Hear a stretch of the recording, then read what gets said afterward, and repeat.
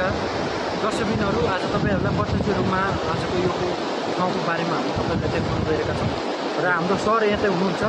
उहाँले चाहिँ यो नयाँ ट्रेकिङ गाइड लिएर सबैलाई कोच गर्दै अहिलेसम्म हामीलाई यहाँसम्म ट्रेक गर्न ल्याउनु भएको छ र तपाईँहरू गाइड्सहरू देख्दै हुनुहुन्छ पछाडिको त्यो ठाउँ छ नि त्यो एरिया चाहिँ हाम्रो अहिलेको नयाँ बनिरहेको छ र त्यहाँ पुलिसहरू गइरहेका छन् किनकि पुलिसहरूको मुख्य काम भनेको रक्षा गर्नु हो, साथै रक्षा मात्र नभएर यो एरियाको होइन सुरक्षाकर्मी गर्नु हो। हामीले खटाइरहेका छौँ। अहिले पनि तपाईँ देख्दै हुनुहुन्छ नयाँ पुलहरू पनि भवनहरू निर्माण हुँदैछ।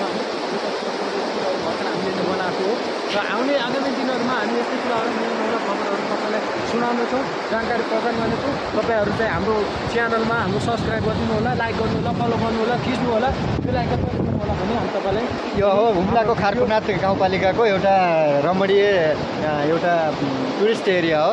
धेरै रमाइलो छ यहाँ। यस ठाउँमा आज हामी फर्स्टपटक आएको छौँ अनि हामी दुईजना दाजुभाइ हो। खासै भन्नुपर्दा र ट्राभल्समा आएका हौँ हामी। एकदम रमाइलो छ। सबैजनाले हेरिदिनु होला, भिडियोलाई मन पऱ्यो लाइक गर्नु होला, कमेन्ट पनि गरिदिनु होला। ल बाई बाई।